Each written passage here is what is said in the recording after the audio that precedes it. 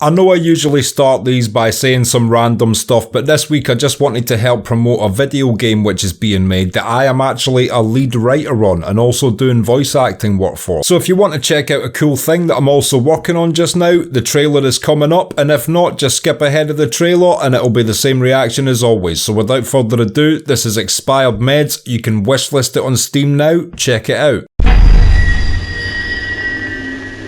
Discipline and authority are vital parts of the healing process. I was aware of it all, but all of it at the same time was too much.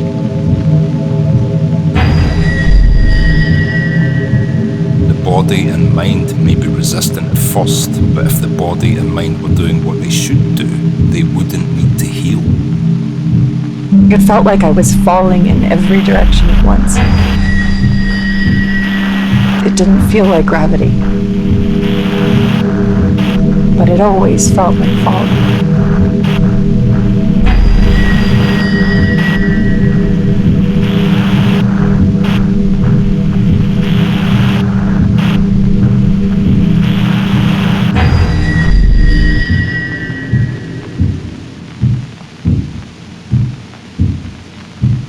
I walk through the shadow of death left to fear. This is a journey through the halls of hell. Yes people, what is good? I am BA, back once again with another reaction in the Game of Thrones series. This is episode 4 of season 2 and it is called Garden of Bones. Last episode. Well, I want to start with how it ended because that was still fresh in my mind. I always remember that story arc. Obviously it's the scene where Jaqen H'ghar gets introduced as well, who becomes a big part of Arya's arc, and it was also just messed up to see the guy that not only saved her at King's Landing but also was the one that taught her to do the list to help her get to sleep get killed in that scene. But he went out like a G, he went out fighting, and also Arya didn't realise how big of a move she made by deciding to free Jaqen from the cage. But yeah, obviously freeing Jaqen from the cage was a smart decision. The one thing I'm actually let down about in that scene is Jaqen was screaming out of the cage like a man can fight.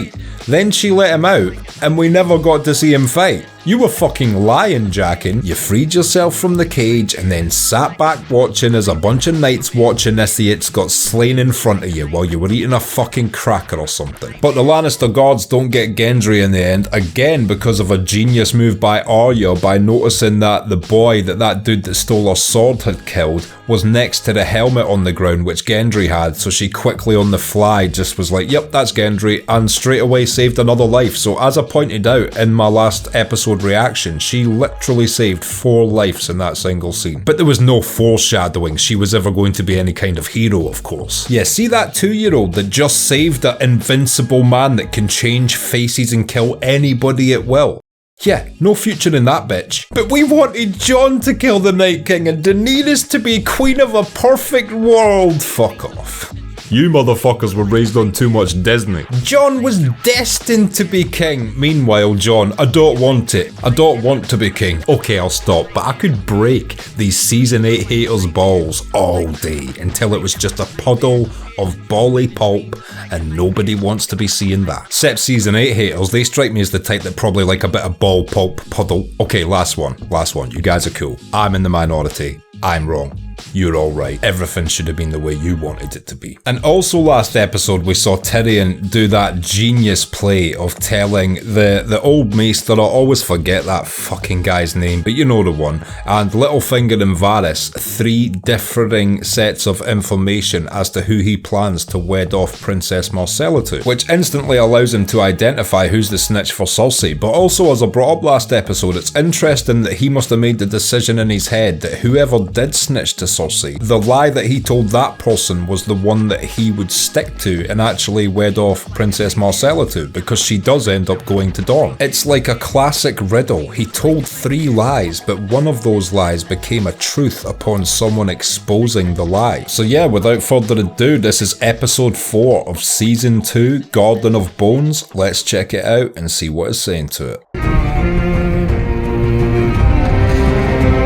seeing Pike there reminded me, of course, that Theon went to the Iron Islands, got treated like shit off both his father and sister, and I don't know if you could class it as a sexual assault, but definitely duped into doing a sexual act that he would have not otherwise initiated had he have known the truth towards his own sister. Kind of a fucked up homecoming, and we know what that leads to, so yeah, makes sense though. If that's what he's went back to, trying with his best intentions to make something positive happen and gets met with his dad being a bitter old twisted negative fuck because he got his dick knocked into the dirt by Ned Stark back in the day, what can he do? Obviously, we all wish he'd have just turned his back on his family right then and there and been like, okay, cool, go fuck yourselves, I tried, but you're always going to be influenced by family, especially when they pull at your heartstrings like loyalty and tradition and honour and shit like that. Gotta feel bad for Theon. Retroactively.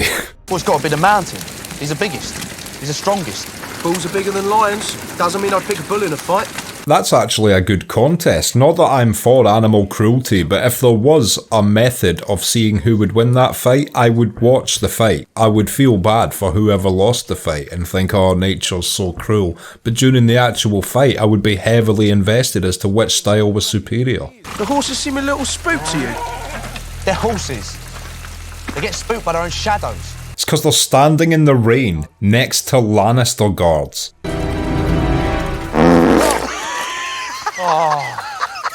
And now that's some comedy I can finally get behind. About time someone started putting a genuine bit of wit into this show. Yeah, that's what you get for sullying the tone with a fart joke, you dick. And the fact they still didn't have much of a budget this season, I think that was a great way to display that battle without having to show any of it. We got a singular quick jump scare of the direwolf catching them at night, and then we saw Robb behind the direwolf, and we knew from there they'd been snuck attack under cover of darkness, and then we see the daytime shot and we see it was a clean sweep. They probably saved about $5 million, and it still told the story they needed to tell. In my family we say, a naked man has few secrets. A flayed man, none.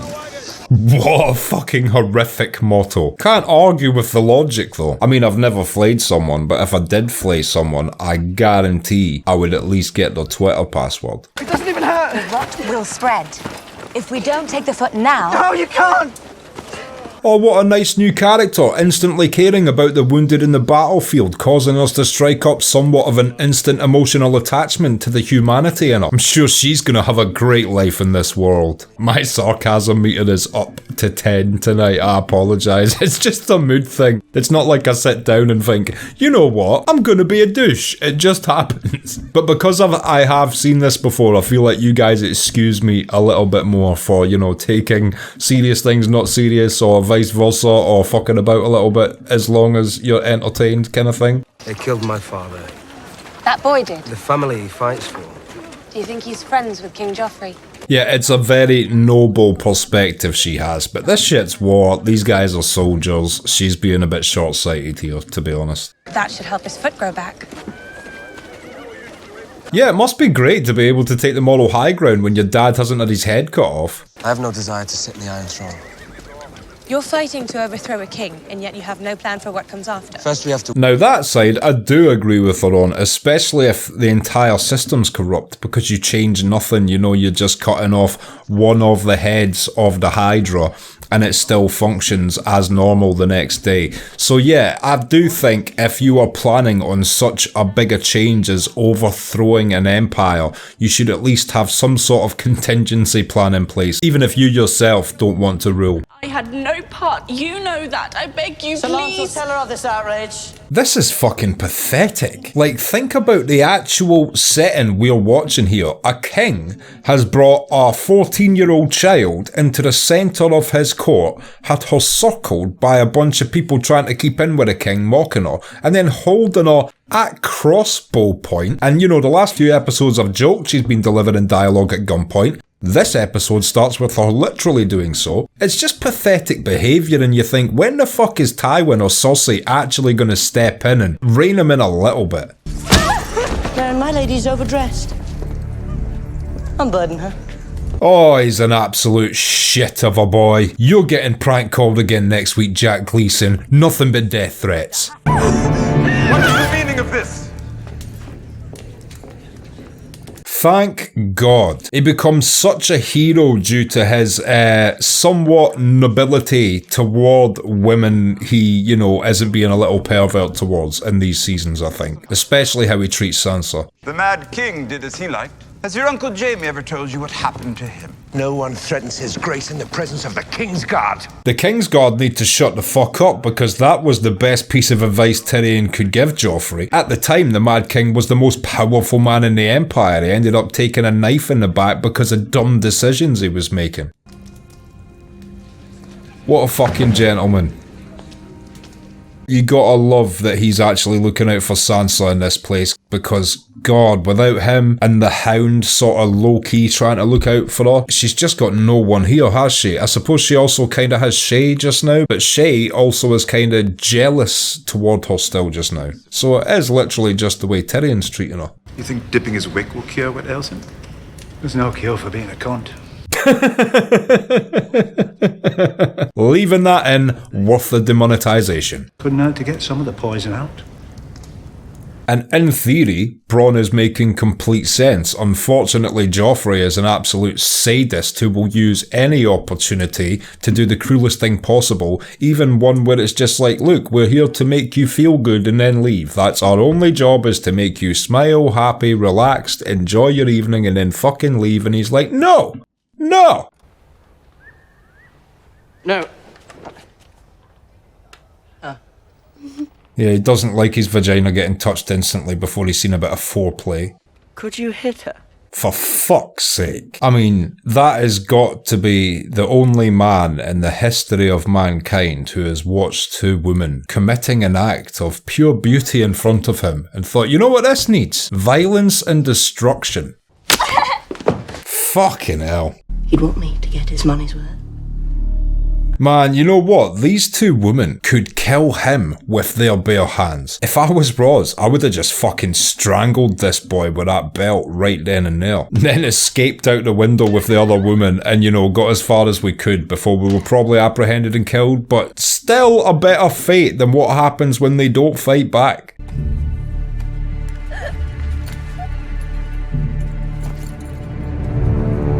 God, them Baratheon sex toys are next level. Your Grace, too much pain will spoil a pleasure. Like, surely as soon as you see him cranking up the crossbow, you just run over and hit him with a vase, no? I know he had Ned beheaded, but this scene, and then the follow-up scene a bit later on, those two scenes with him and his fucking crossbow and his little wicked serial killer face, they're definitely him at his most evil we've seen in the entire show. Yeah, I think it's got to be those scenes that are the worst. I don't like you, Lord Baelish. I don't like your face. I don't like the words that come oozing out of your mouth. Ironically, the moment where everybody instantly loved Renly. Why are you here? You can trust Brienne. Brienne gave him a look like, oh, just say the word and I will cut this motherfucker in half. You hope to retain your position. And your head. I would give priority to my head. Bet you would, you fucking coward. When you march on King's Landing, you may find yourself facing a protracted siege or open gates. Always figuring out a way, isn't he? He doesn't just want to maintain his position, he wants to get in there with whoever wins and get promotions, titles, lordships. Basic arithmetic favours the side with the greater numbers. If war were arithmetic, the mathematicians would rule the world. Yeah, that sounded good, Littlefinger, but it makes no sense, because just because someone can count 100,000 soldiers doesn't mean that those 100,000 soldiers aren't gonna shit-can them. The whole notion of marriage seems to confuse you, so allow me to explain. My husband is my king, and my king is my husband. She's the fucking best. Lady Marjorie, the fucking absolute best. Littlefinger thought he was gonna step up and say some sneaky shit about the king being gay and it was gonna fuck with her, and she literally choke-slammed him through a flaming table and sent him on his horse back to King's Landing. What kind of fire melts stone? Dragonfire. That would be a crazy structure to see for the first time though, something that had genuinely been affected by a dragon while one was alive. Just shows you what an absolute force of nature a fully grown dragon was, melting castles to the ground. He's dead. He was my son. That's so fucking horrible. My sister was 3 days ago. My husband the day before that. Oh my god, and what's fucked is I bet she cried, you know, when her husband died, and then her sister after that, and by this time she just knows there's already nothing left, and that everyone's fate is gonna be the same. Just a broken individual, man. That actor only got like 2 lines of dialogue. She did a great job conveying all that to me. Well, that looks like a fucking miserable day of filming. You're free. I hope the extras got paid a bit more for having to lie in the cold, wet dirt for 8 hours. You betrayed Ned. Betrayed? I wanted him to serve as protector of the realm. I begged him to seize the moment. You fucking lying rat. Cat, I've loved you since I was a boy. Fuck off, mate. You lost your mind. Get out! I wish Cat had just fucking sliced his head off right there. And funnily enough, that dagger looks incredibly similar to the one which Littlefinger put to Ned's throat, unless I'm mistaken. You have Arya too? Both girls are healthy and safe.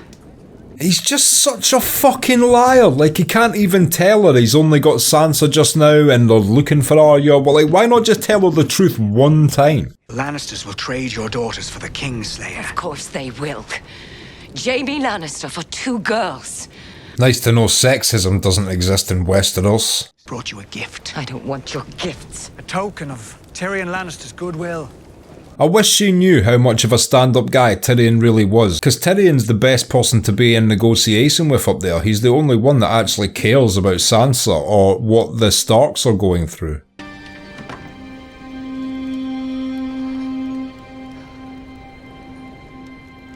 Nice to see Ned get a little cameo in season 2.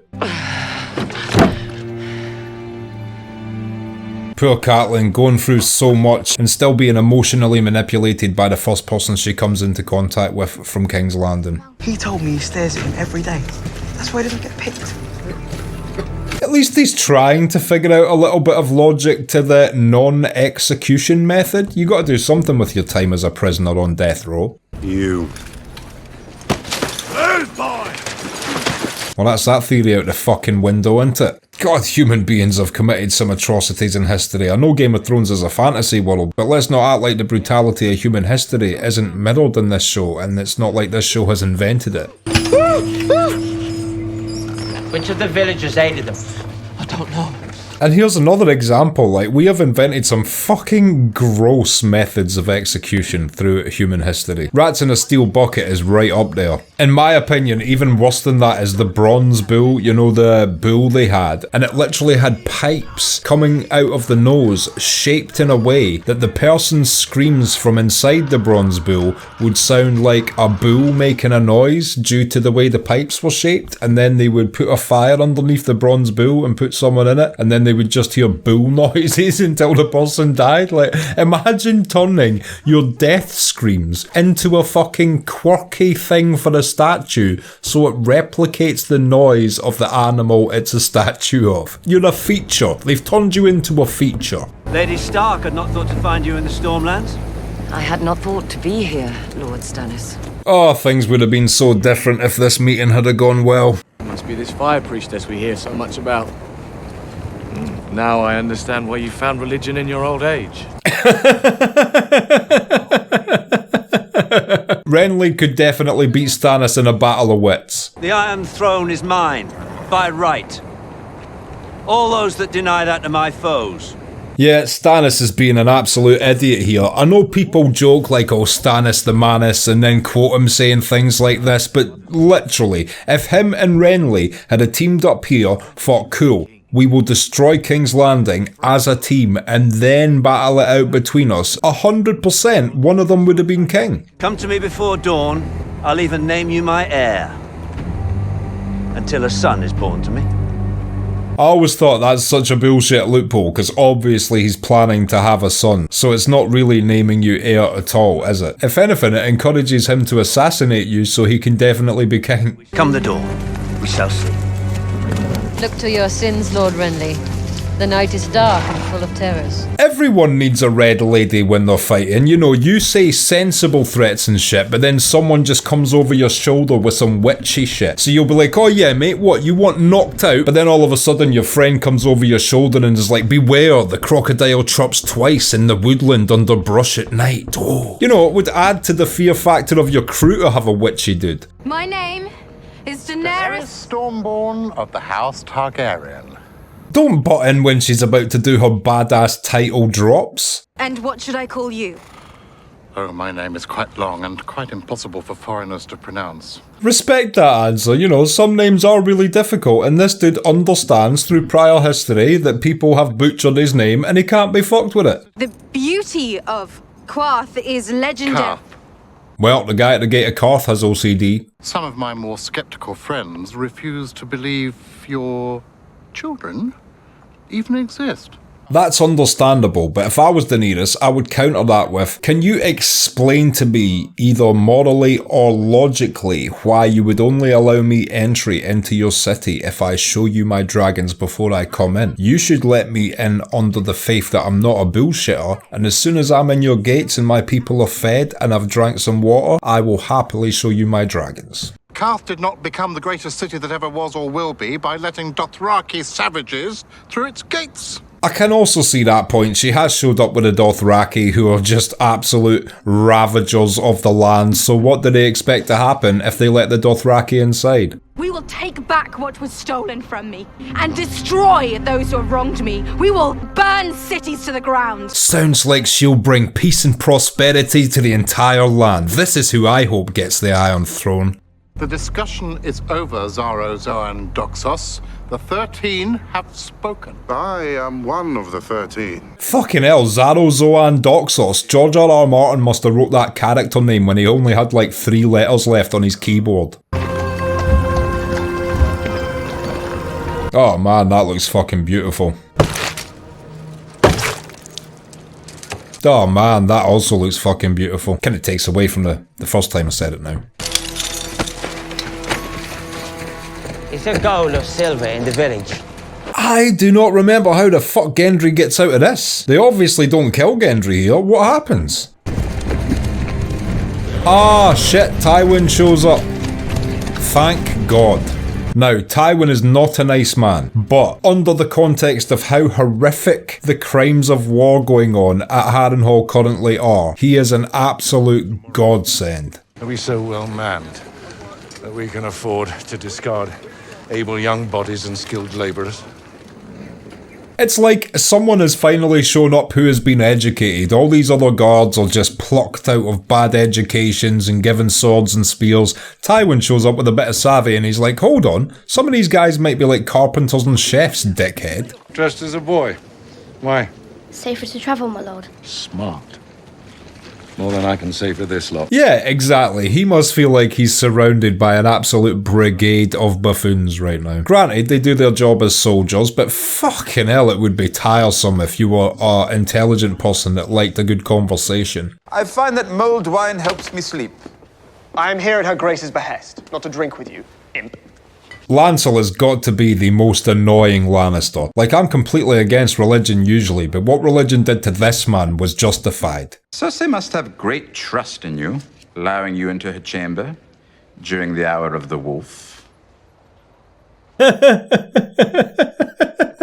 His smirk there was absolutely A-level acting. That was fucking brilliant. He told me to obey her in everything. Did he tell you to fuck her too? I only meant... Oh, watching any of these asshole Lannisters get their feet held to the fire for any length of time is absolutely amazing to watch. I'll leave the city at once, I swear. No, I think not. My lord? And just like that, he's got another inside man. Stay close to her side. Keep her trust. Pleasure her whenever she requires. He's actually genius in his role of the hand, Tyrion. You know, if it wasn't for certain circumstances later on, I think he would have been the best possible hand under King Joffrey. He might have even been able to maneuver around his wickedness just through sheer smarts. And he has already acquired an incredibly high up double agent who he will hear direct things that Cersei is saying from. Her demands? Oh, I'll give her Pycelle. Pycelle, that's the name of that old maester.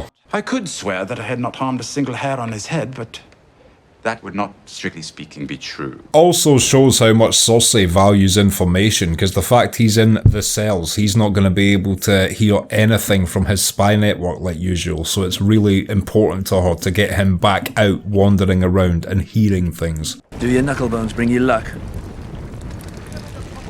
What a fucked up thing to ask a dude you cut the fingers off of. A good act does not wash out the bad, nor a bad the good. Yeah, remember that later on in the show when you commit certain acts towards certain members of your own family. I've lived within the law for 17 years. I want you to be a smuggler this time.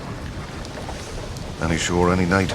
Shit, this is the creepy scene in the cave, isn't it, with the Red Lady? Someone once told me the night is dark and full of terrors. What a bunch of pussies. Are you a good man, Sir Davos Seawood? I'd say my parts are mixed, my lady. Good and bad. You're underselling yourself, Davos. You're a fucking legend. I'm a knight myself of sorts. A champion of light and life. Well, that must be very nice for you.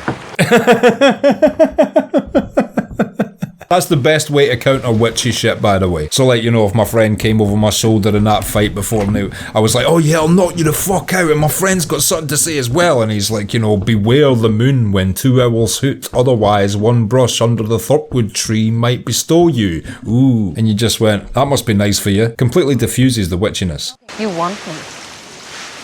You want to see what's beneath this robe. Wouldn't say no.